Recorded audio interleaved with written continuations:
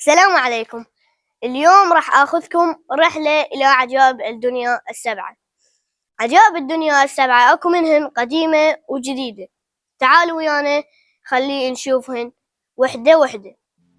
عجائب الدنيا السبعة هي مجموعة من المعالم الهندسية والفنية الإعجازية التي أثرت في خيال البشر على مر العصور. هذه العجائب تمثل الإنجازات البشرية الرائعة والتي أثرت في العالم بشكل كبير. دعوني أعرض لكم قائمة عجائب الدنيا السبعة القديمة والجديدة. عجائب الدنيا السبعة القديمة: الأولى هرم خوفو، الهرم الأكبر، يقع في القاهرة الجديدة في مصر، وهو أحد أهرامات الجيزة. يعتبر هرم خوفو الوحيد الذي بقي من عجائب الدنيا السبعة القديمة. بني في عام 2560 قبل الميلاد، ويعتبر إنجازا هندسيا رائعا. الثاني حدائق بابل المعلقة. تعتبر حدائق بابل المعلقة الملكية الخاصة بالملك نبوخذ نصر الثاني.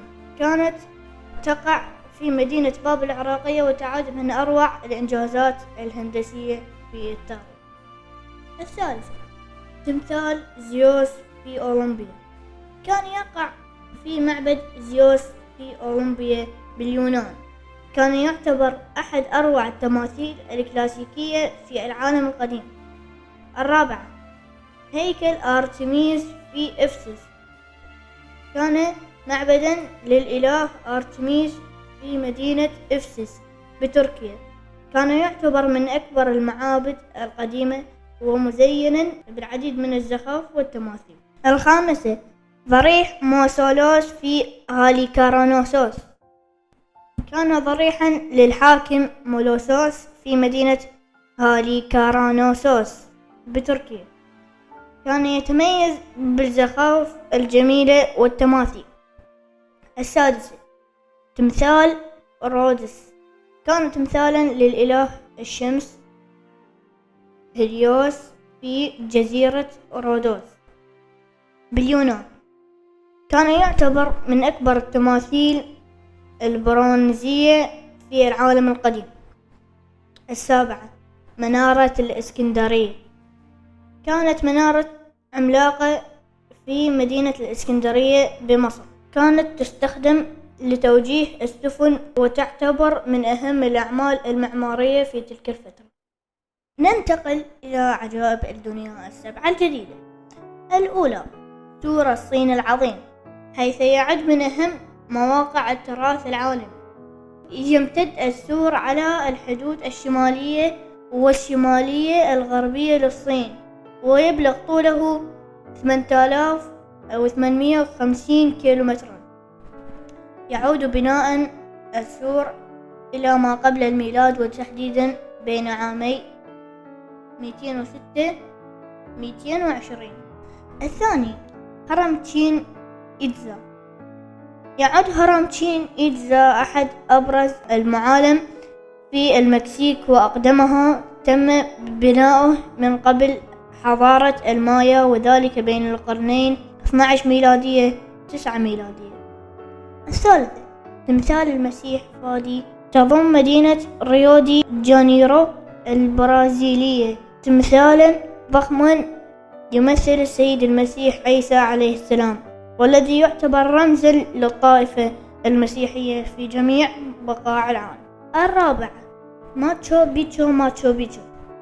هي مدينة تقع في البيرو في مدينة كوسكو، تحديدا إلى جانب نهر أوروبامبا. يعود تاريخ المدينة إلى القرن الخامس العشري الميلادي 1472 ميلادي 1438 ميلادي. الخامسة البتراء. تقع مدينة البتراء في جنوب الأردن في وادي عربة، الذي يقع في محافظة معان الأردنية، وتلقب بالمدينة الوردية. تتمتع المدينة بفن عمراني جميل جدا. السادسة الكولوسيوم يقع الكولوسيوم في وسط مدينة روما في إيطاليا، ويقع بالتحديد إلى شرق من المنتدى الروماني، ويعرف بالمدرج الفلافي. تم بناؤه من الخرسانة والحجارة. 7. تاج محل. يقع تاج محل في الهند إلى ضفاف نهر يمنى في مدينة أغرى.